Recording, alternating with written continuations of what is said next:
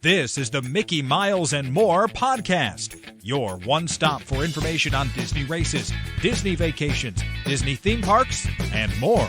Now, here are your hosts for the Mickey Miles and More podcast, Michelle Scribner-McLean, Chris Eliopoulos, and Mike Scopa.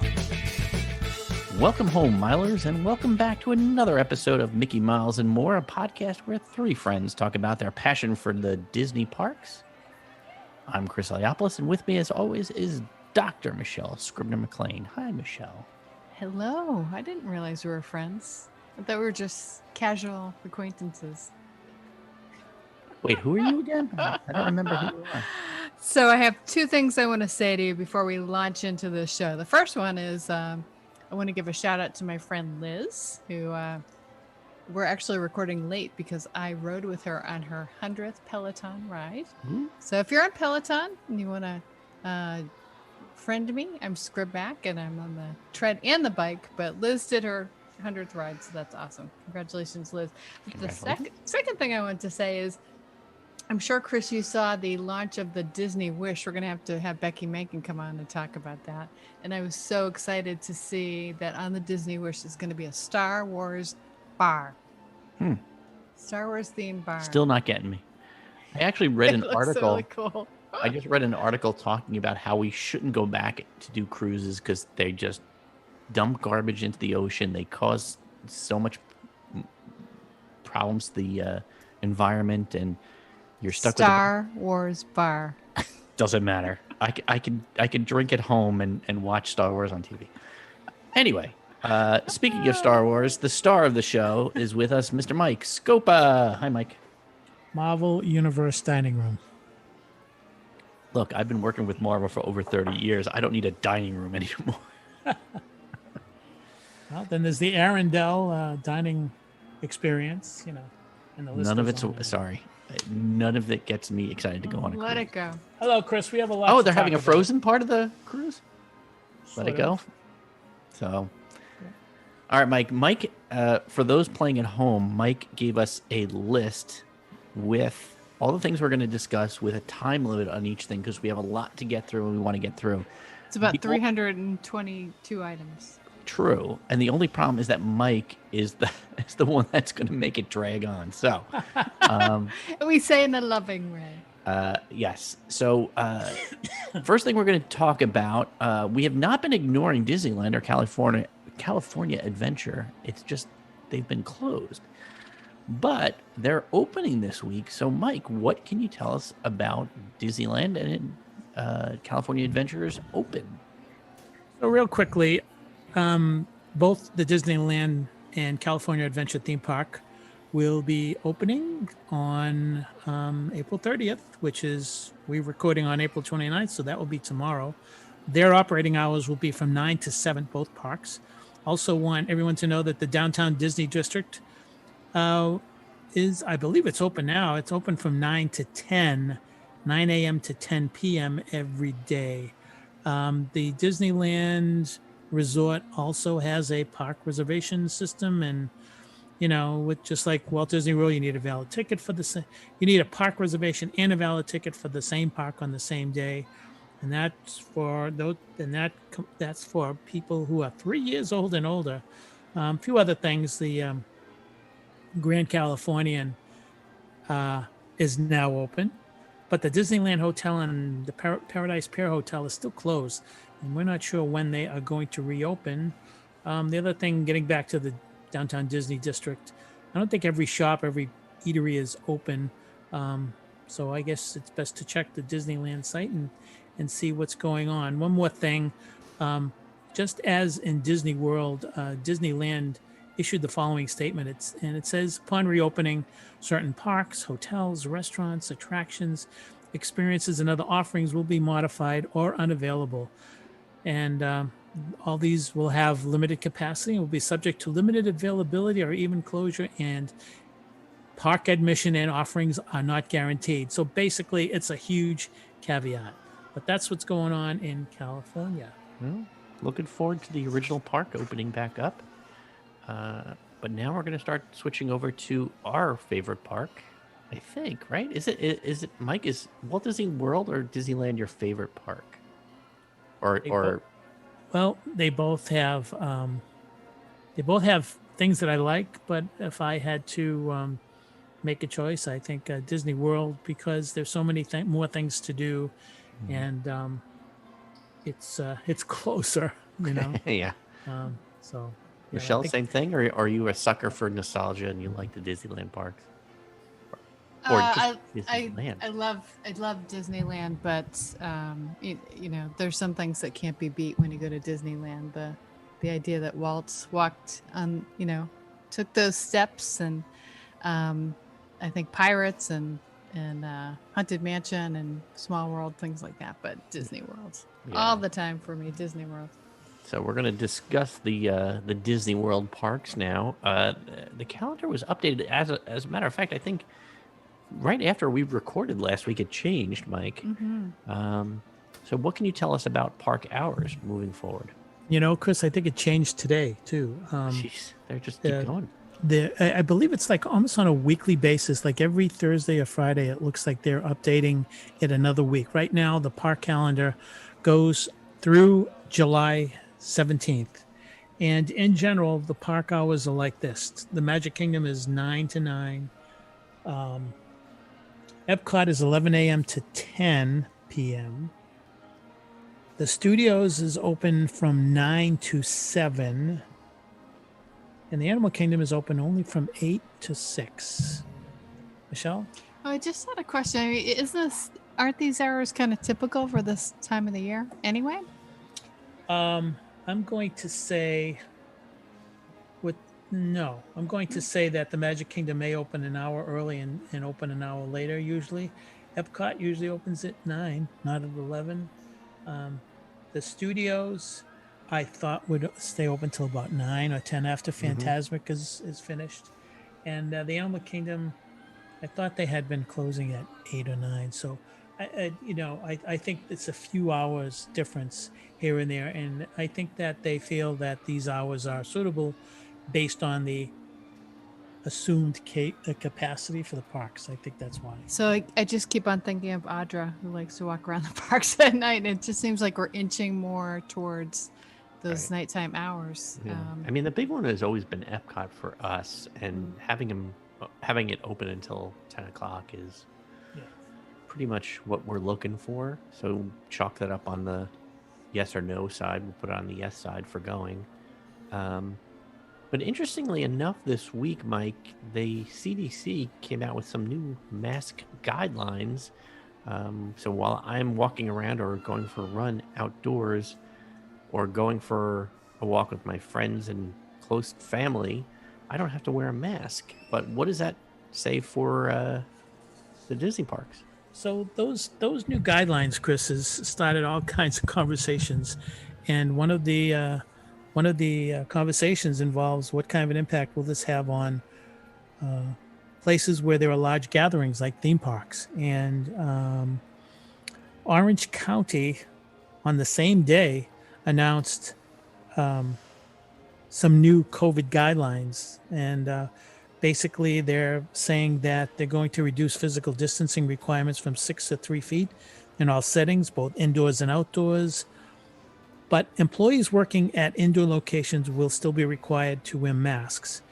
And then they went on to say when 50% of the population, 16 years and above, has been vaccinated, I'm assuming they mean fully vaccinated, facial covering mandate will be lifted for all individuals outdoors. Now, to be lifted for all individuals outdoors, does that mean people who are not vaccinated? That's not clear. That means this is exactly what the wording is. And then there's is it 70% of people in Orange County or Florida or the United States? I don't. It just says when 50% of the population 16 plus has been vaccinated. So that's one question. What population? And number two, facial covering mandate will be lifted for all individuals outdoors. When they say all individuals, I'm assuming they mean people who, are not vaccinated as well. So that's very loosey-goosey, and I don't like it. How are we going to know who's vaccinated? Well, they're going to dip their heads in blue paint or something. I don't know. There's one more bullet, and it says when 70% of the population Now we went from 50 to 70% when 70% of the population 16 years or older has received their first dose of the vaccine, and slash or Orange County's 14-day rolling positivity rate is 5% or below, all mandates will be lifted. So his two questions. Is it and or is it or? And number two, the positivity rate right now is 7.43, and they're waiting for it to be 5 or below. And Chris, earlier today, I don't know if I sent this to you, but there was a question on one forum where people said, how can you have any credence in any positivity rate when you've got people coming in and out of Florida all the time? You've got people flying in from out of state. They're not being tested. So how can you have any reliability with that positivity rate? So this is really confusing. I don't like it. I think it's crazy. I'd love to hear from you two, see how you feel about it. Michelle's still eyeing the whole thing. Yeah, that's the weird thing. It's very I'm not feeling like exact things. Like I want to know when I go to the Disney parks, where do I wear a mask? If you say you can not wear a mask outside, and then once you walk into a queue or once you walk inside to a restaurant, unless you're eating, you have to wear a mask, I'm all for that. Yeah, but the Orange County thing is very kind of like, I like your term, loosey-goosey. Like, you don't really know. Basically, they're saying whatever comes first. Either everybody's got their doses or the rolling rate goes down below 5%. It's not really clear. And then they're not even clear, like, so here's the thing. Kids under 16, we're now really starting to learn that they do get sick, and they are passing this along to adults who aren't vaccinated. And they're still working on making sure that we can have a safe vaccine for those kids. You're going to the parks. Are we just, everybody says we have to look out for the kids. Why aren't you doing this for the kids? Why aren't you wearing your masks for the kids? I don't know. Michelle, what are your thoughts? I think, well, Mike said something earlier today, which is, I think is sadly true. All three of us, tomorrow's my 2 weeks out, Chris. You just said you're 2 weeks out. Yeah, I'm really excited. I wear my mask to protect other people. I know all three of us will do that. But aren't there going to be a certain number of people who just say, oh, yeah, I've had my vaccination. I'm wearing my mask to protect others. And I'm worried about those people who are not vaccinated, who are going to be coming to the parks with their kids. I do trust, though, that Disney will have stricter guidelines in Orange County. I don't, in my heart, I really don't think that they're just, it doesn't make sense for them just to go for the increased capacity and putting their cast members in danger. Just, for no reason. I think that they're going to err on the side of caution because everything could shut down again, right?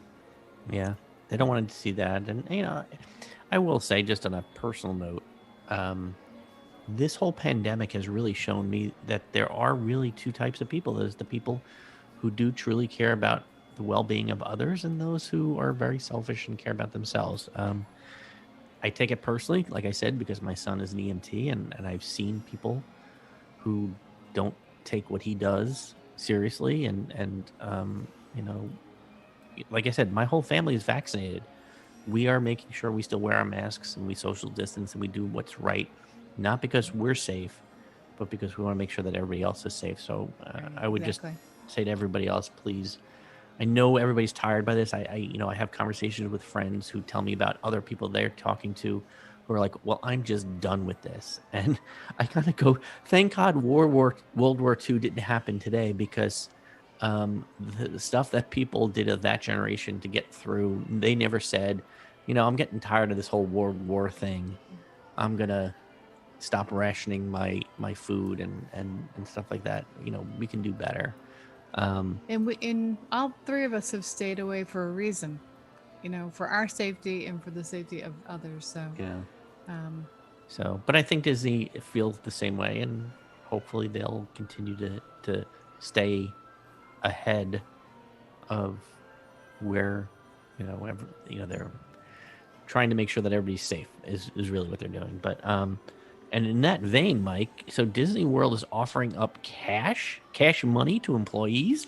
Yeah, How is that happening? we heard that. We heard this a little while back, but it's good to point this out again because it was brought up that Disney wants their cast members, they want their employees to be vaccinated, and they will give them up to 4 hours of pay that they would need up to 4 hours to go out and get vaccinated. And I think that this is kind of a message that they're kind of serious about this, and they're saying that any cast members who are fully vaccinated by September 30th, well, either through a single dose or both,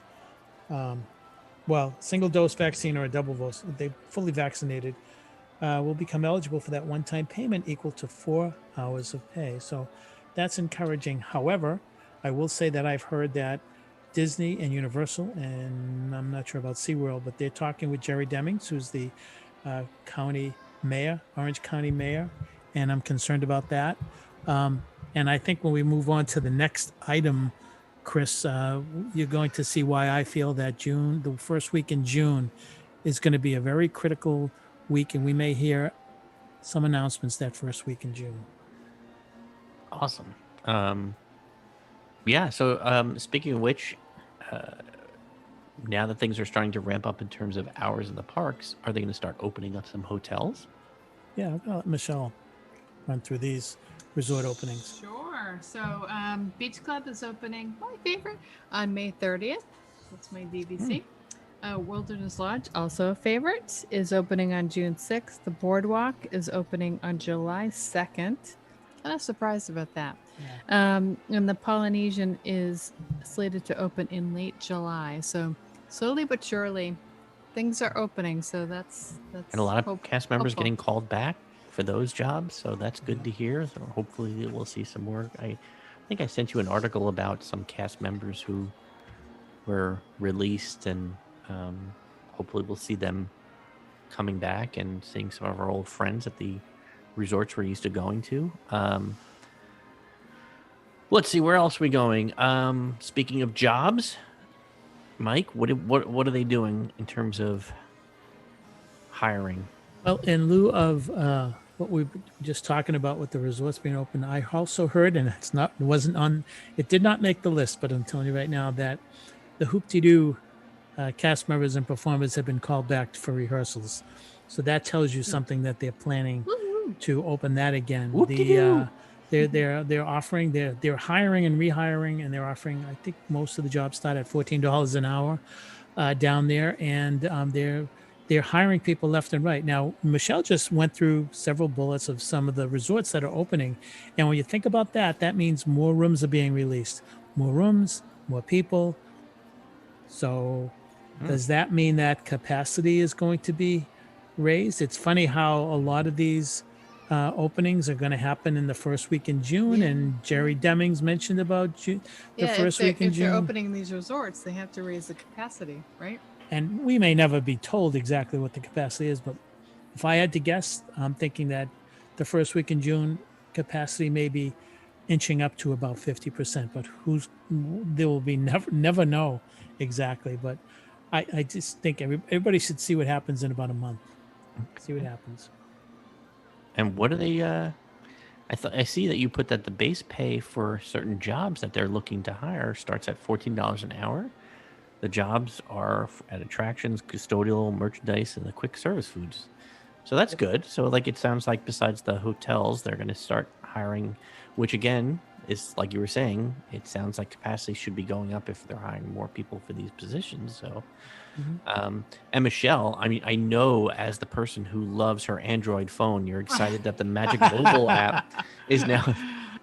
Is that sarcasm or is that just? Yeah, that's sarcasm. Yes. I didn't even know that. Mike put that on the list. I had heard it and I didn't really care.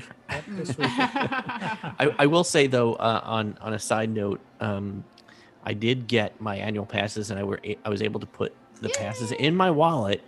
And I tried and figured out on my own how to send those to my family members for theirs as well. You can actually... Pretty easy, yeah? It's pretty simple. You just have to find the right space to click. Like I kept clicking on parks and passes or something like that.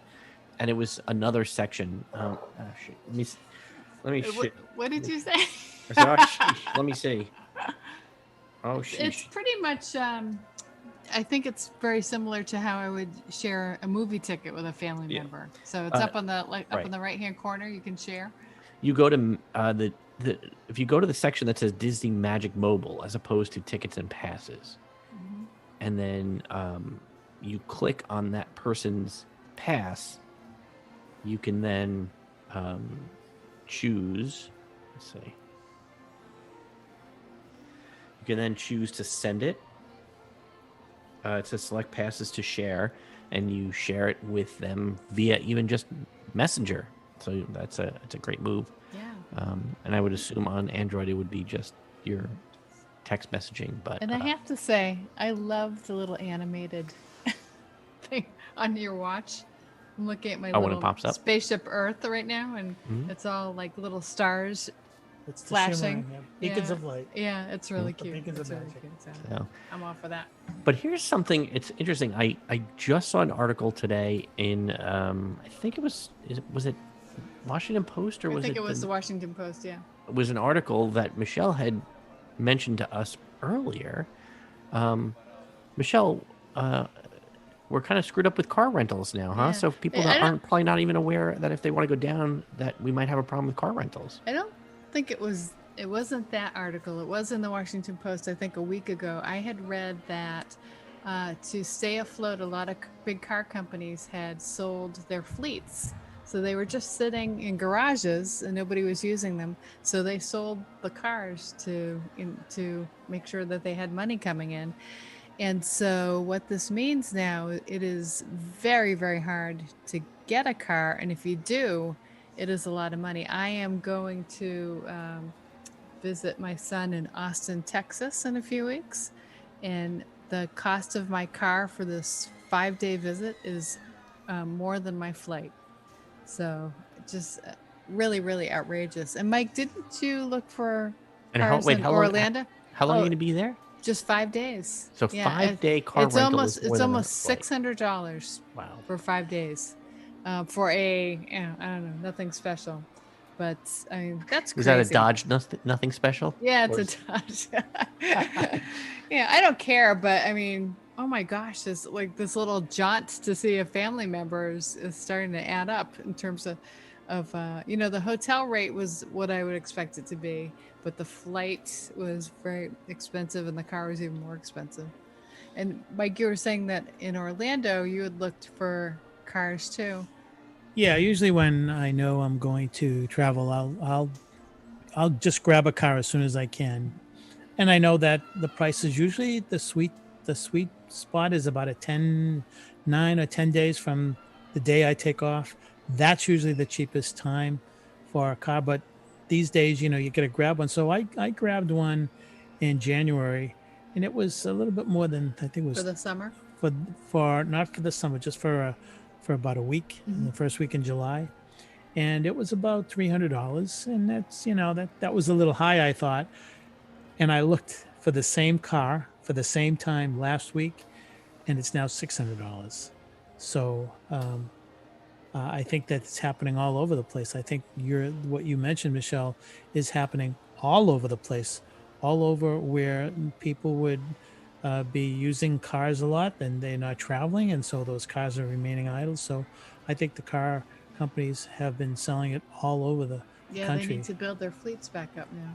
Orlando, Austin, Anaheim, you name it. So buyers beware. And I'm wondering if that plus the airfare was high too, airfare, and I think that's going to discourage a lot of people from, going back to Disney, regardless of whether the mask updates are changing or the coronavirus is behind us. I think that money is going to become a really. When does the Disney World buses, whatever they're what's that? Magical Express. Magical Express. When does that end? I think it ends this December. Yeah. So I mean, that's another thing. Like that, you're either going to have to get a car service until they figure out the other services. I'm sure the car service is going to be expensive too. Mears is going to take over for that, I think. Right. Are they going to immediately take over December or January, whatever? I believe that Mears is going to pick up the slack And yes. Okay, so there you go. So at least there won't be a change in service. I wonder if I would assume they're charging though. So you're gonna have Did to you pay. book your car service, Chris? Not yet. That's the next thing. Well, I finally got my wife to sort of commit to actually going now. So I just got that point. Now I have to figure out how to logistics get her to agree to do that. So, needless to say, why don't we talk about individual park updates? Mike, I know the Disney Hollywood Studios and the Disney Animal Kingdom don't have anything new, but there have been a couple of wonderful little things. One of them, the first one I think you're going to talk about, helps me decide to go in the Magic Kingdom. So tell me what's going on there. Yeah, there's a few things that are, hiding under the radar, but the Tomorrowland Transit Authority, affectionately known as the People Mover, the TTA, that opened the Saturday or Sunday, and it was operating for about an hour or two and it broke down. And then a few changes here and there, and it was back up and running. And I have a friend who was down there, and she said it was a very nice ride. Nothing has changed as far as audio and the scenes, but that's back up and running. And boy, that's been down for 13 months. So that was one of the things that's changed. Another thing that's under the radar is that, when you go into the Magic Kingdom and you've got that Main Street confectionery on the right-hand side, that has been expanded now. It's a little bit larger. Well, I don't even know if it's open yet, but it's supposed to be pretty sweet, as they say. So that's something for anybody who's looking for anything special down there to look at. Of course, the big correct news that what? didn't we see an article in the paper about or online about a gentleman who was very upset with the changes at Disney World? And I think the next one on our list is one of those things that he was very upset with, huh? Yeah, there are people who are not crazy about the political correctness that's going on with things like Splash Mountain and with the Jungle Cruise. And the Jungle Cruise is going through some crazy changes that probably a long time coming. And I don't think it's political correctness. I think it's just correctness. Yeah, and it should have been done a long time ago. Sorry. In the spirit of the Jungle Cruise, it's going to be fun. Yeah, it's going to be a little bit more magical. It's going to be the theme's going to revolve around monkeys. And Trader Sam has gone. He's gone, and they have shown a new scene this week. I saw a scene of Trader Sam's like a cart or area where he's going to sell things. So Trader Sam is still around, but we just don't see him, So, but that's that audio animatronic has been lifted, and I'm expecting Jungle Cruise to be open within a month. It's still going to be fine, and we have to think about what do we want to teach our kids about the perceptions of the people on these attractions. Yeah. I mean, I get that ride is supposed to be kitschy and sort of the Jungle Cruise directors are supposed to be this kind of white guys going in the jungle who don't know anything and everybody else does and whatever, but I think it's a long time coming, and I'm actually looking forward to the update. I haven't gone on for so long. I'm actually looking forward to going back on again next time I'm there. And I was listening, my favorite ride is Splash Mountain, and I was listening to the soundtrack today, and I thought, yeah, you know what, this is really this needs to be updated or changed a little bit. So all right, it's okay. It's okay. So Mike, so now they've been updating the castle. We looking to do anything different while we're seeing all the updates to the castle? I didn't know about this, Chris, but if anybody who's listening is going to be down there this week, keep your eye on the castle. Keep your eye on the front of the castle. If you have friends down there, you may want to ask them to keep their eye on the castle. If you look at the latest photos of the castle, you will notice at surrounding the clock there are 4, I guess you'd call them huge pipes that have been attached to the castle. And what I understand is that the 50th celebration icon or symbol or whatever will be placed over the clock fairly soon. And it could happen this week or within probably sometime in May. And so you'll be seeing photos of the castle with that new 50th celebration symbol icon. And my guess is that we'll be seeing a lot of that merchandise in the stores pretty soon. Everywhere. We got a couple minutes left, so let's go quickly rifling through the Epcot updates. How's Harmonious going? As far as I know, it's a lot of testing. There's so many moving parts. And I was talking to Michelle earlier today. I'm thinking I'm a little concerned about Harmonious because those barges are so complicated. Well, I just hope they don't break down a lot. There's a lot of work going on, a lot of testing.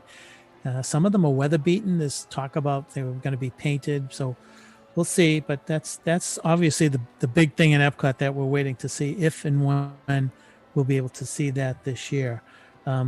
Other quick things. Ratatouille seems to be on time, and we'll probably see that sometime this summer, if not sooner. I'm expecting soft openings in a month or two. We'll see. Again, we all know that the Food and Wine Festival will be starting in July. Looking forward to that. That will be good, and that's going to help because who knows if the restaurants will be open. I'd be happy if it was all year. Yeah, I'm with you. Michelle is very excited about the Gelateria in Italy.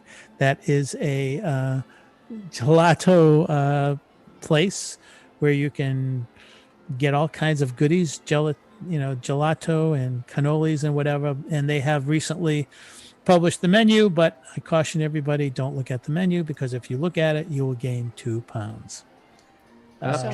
Michelle's not a big ice cream fan. He's just being funny. So here's something interesting, Chris. Remember we talked about the Creations Shop and the and Club Cool, how it's moving over to Interventions East, I believe it is. Mm-hmm. Do you know that the workers are working during the day while guests are in the park? That doesn't happen too often. So they're really hot to trot to get that completed as soon as possible. So keep your eye on that. The other thing that we forgot to mention a while back is that I believe this is where the old Club Cool used to be, and there was a character spot in Interventions West. I'm guessing now. There's something that's called the Play Pavilion, and that's supposed to open sometime between, I think, August and October.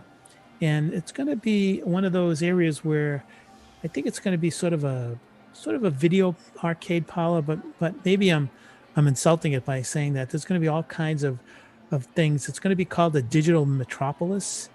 And Disney is saying guests will discover an interactive city bursting with games, activities, experiences, connect them with friends, family, and Disney characters. One thing I know that I think Michelle would love is that guests will have a chance to help the legendary fashion icon Edna Mode on her quest to rid the world. Yes, darling. I love Edna Mode.